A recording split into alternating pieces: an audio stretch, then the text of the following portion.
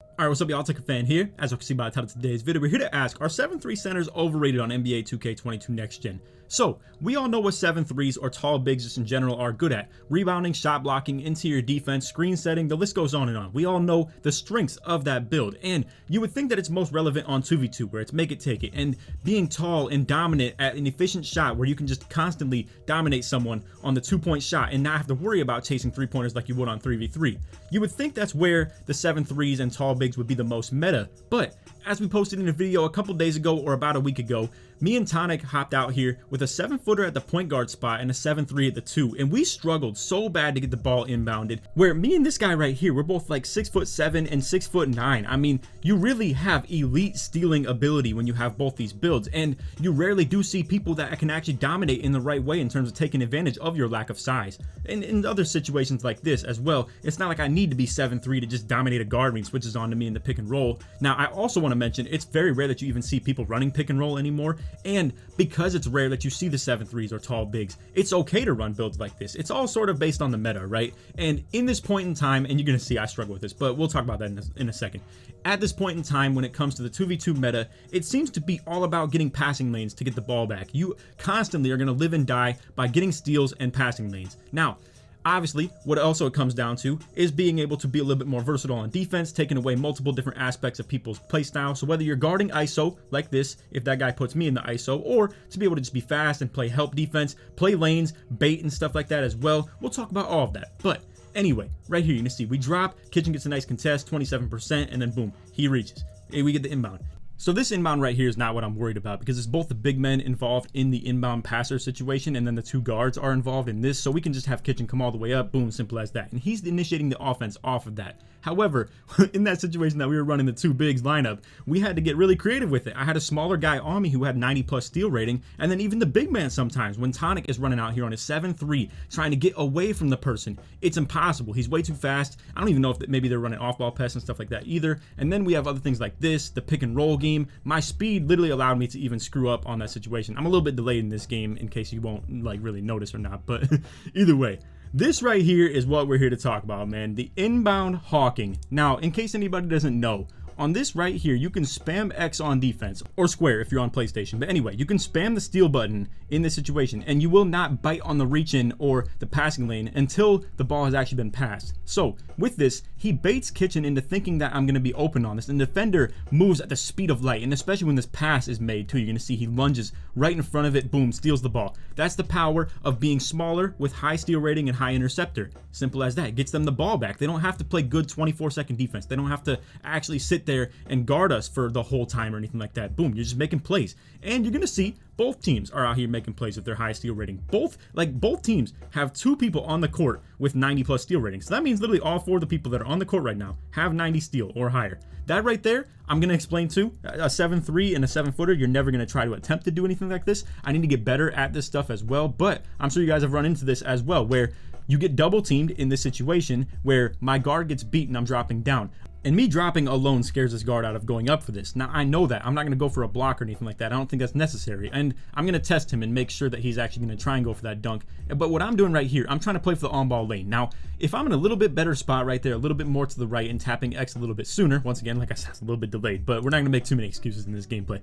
I could have been playing an on-ball passing lane right there, which is so annoying and so frustrating for people to deal with, especially in the ISO situation. And then again, we're hawking the inbounds, we're making them take forever. Even if it's not like really that big of a deal, it's still taking away like 6 seconds of their offense and really making them, you know, just eating up their shot clock, which really is also another way of getting the ball back. I know we just talked about playing passing lanes is the main way of getting it, but either way, right here, Kitchen ends up playing a little bit too high after he's been dribbling for too long. I feel like he probably could have sagged off a little bit. Once he gets beat, though, I have to go. I mean, we may as well not give up a free layup or dunk. Anyway, lots of sidetracking away from the point of the video. I'm here to showcase to you this right here. So, once again, I'm hawking the inbound. I'm spamming X in that situation, and it doesn't matter. Right here, this isn't really so much a spam X. So, just to kind of, once again, explain the inbounding of twos.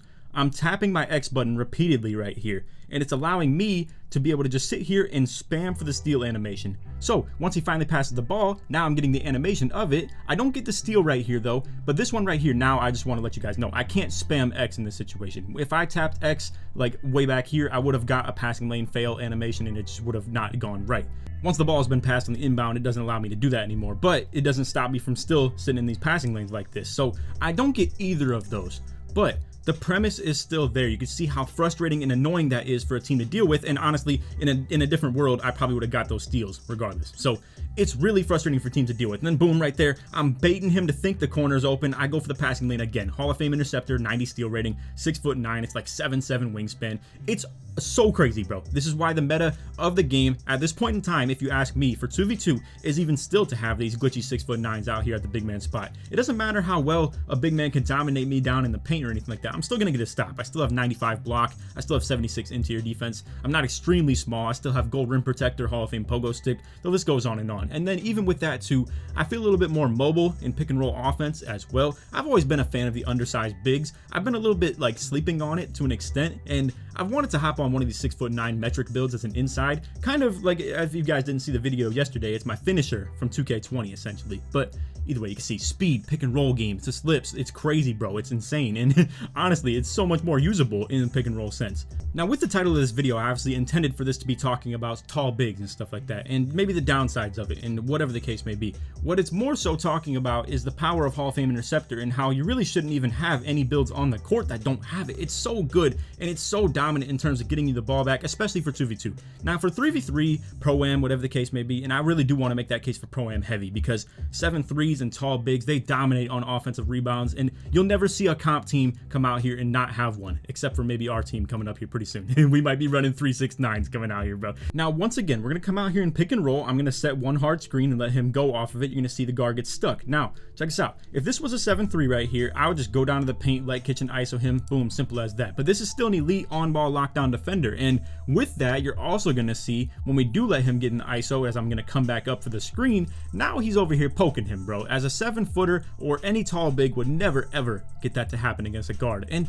once again, for the sake of 2v2, it's getting them the ball back, which is very frustrating for ourselves. Now right here, I'm able to get a little bit of a contest. Now this is kind of like, this is a really good play to talk about the good and the bad of being an undersized big man. So me as an undersized, I'm able to get here to the corner very quickly, very manageably, and I still get a little bit of a contest to make it open instead of wide open. I know it's not a big deal, but it does make some people miss. Now, at the same time, I think a 7'3 would definitely grab this rebound right here. Like, he would be 100% snagging that rebound. Kitchen has 25 rebound rating and still got that. So honestly, it's the good and the bad from both sides, and it benefited us right there because they didn't have the tall big, but it also benefited me too because I was able to get to the contest to the corner. So you have to know how to really take advantage of it on both sides, whether it's your lack of height or the advantage of it in terms of having more speed, more perimeter defense, more steal rating for interceptions and stuff like that. In terms of these situations too, being a lot faster for the pick and roll game to take advantage of this stuff. I mean, if a 7'3 was involved in that and for whatever reason got stuck on Kitchen on the switch, we're taking advantage of that all day, even worse than that. But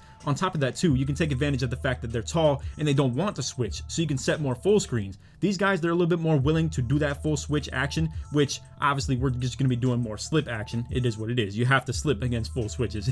You're never going to get anything, especially because we don't want Kitchen to ISO that tall lockdown right here, who's again like probably around 6'7" to 6'6", something like that. So it's not even really a viable easy option for him. Right here, once again, steal rating. I mean, this is what it is with the guard. You see me reach 3 times. You guys are probably thinking I'm trash and like I'm over here like trying to steal the ball from the point guard. This is more so me once again trying to play on-ball passing lanes because I see Kitchen is kind of dead over here too. If he just stopped at the wing, which he for whatever reason still runs to the corner, is running to a defender and letting him guard him. But honestly, I was thinking he was probably going to stay at the wing and just like be ready to shoot, and it would have been a 2-on-1 situation. I was trying to assume that he was going to pass the ball to the wing and I was going to try and play an on-ball lane again. Honestly, he just shoots the ball. It is what it is. Good play by him, bad play by me. It is what it is. I just tried to predict him a little bit and it didn't work out. But anyway, you haven't seen the last of the ball stealing in this game, man. It's really crazy. Like, you're gonna see the passing lanes go insane on this, and it really limits how people can ISO too. But on that same note, I want to talk about this right here. So if you get a little bit more aggressive, I'm gonna pause as well. I know some people don't really like the pauses, but if you get a little bit more aggressive as a taller big, you maybe could get this shot block right here where I go for this and I jump and I don't quite get it. You see he does like a crazy front clutch right there. honestly, I feel like my build can still get this block very manageably. Once again, 95 block rating, gold rim protector. It's still there. It's still a very valid option for me to be able to get. But if you're tall or big, you may be getting involved in this a whole lot more. The Hall of Fame Intimidator or like super high interior defense might even just make a miss just in general, especially if he's not using the dunk meter. But with that, you have a little bit less ability to kind of bait them. If they see a tall big dropping, they are dotting you in that corner, and you can't really do much in terms of the pass lanes or anything like that. Or baiting is a little bit harder as well because you're a little bit slower. Your jumps and jump contests are also very good though on the perimeter with those tall bigs, but again, it's very hard for you to bait. It's hard to like play two people at once. Right there, once again, inbound, passing lane, speed, slip, driving dunk. The list goes on and on. You can see the speed and steal rating absolutely displayed throughout the course of this game, whether it's my big or their big. And honestly, he's not even a big. Like, I would like to think that my guy is kind of like a hybrid big man. These guys really just came out here with the lockdown and a point guard. It's as simple as that. Now, you're going to see, we honestly, like, once they stop switching this back and they stop, because what I'm thinking and what we've done throughout the whole course of the game is when they switch this tall guy on the kitchen, if I welcome them into switching it back, which this is textbook LakerFan stuff right here, where I'm trying to welcome them into switching it back and take advantage of that and slip down before this guy can switch back onto me. Because once again, anytime you welcome them into doing that, they're generally going to let this guard get back up to the guard as well and then take this big and put him back on the big. But they stop doing that. They start fighting through a little bit more, and obviously when that happens, I need to start going at the guard. Now we realize that a little bit, but once again, passing lanes make that a little bit tough. Once again, you're going to see I try and get the ball. Kitchen's afraid of passing it right there because obviously we can't give him the ball back. So now we're down to 7 seconds. Now I get bumped once again because of his speed, clamps, all types of stuff like that. And now I'm down here. Now this is where we take advantage of their lack of height. So it's all yin and yang. It's all about how you balance it and how you can use your build and how you take advantage of their lack of it or take advantage of your height compared to theirs.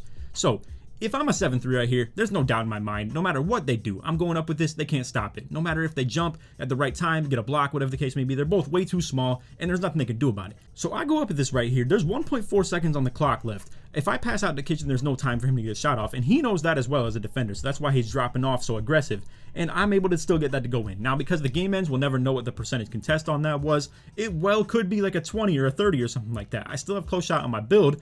Most people who make an undersized, they obviously want to be able to shoot the ball, so they probably don't have that high of close shot or the viability of finishing badges with like mouse in the house, grace under pressure, whatever the case may be. But either way, you can see how dominant this is right here. Like, to still be able to get 16 points off slip action and be so fast and so elite with that when it comes to the offensive end and still have 2 steals in the passing lanes. I had the 2 lanes that didn't end up as steals either, but those absolutely could have been passing lanes too.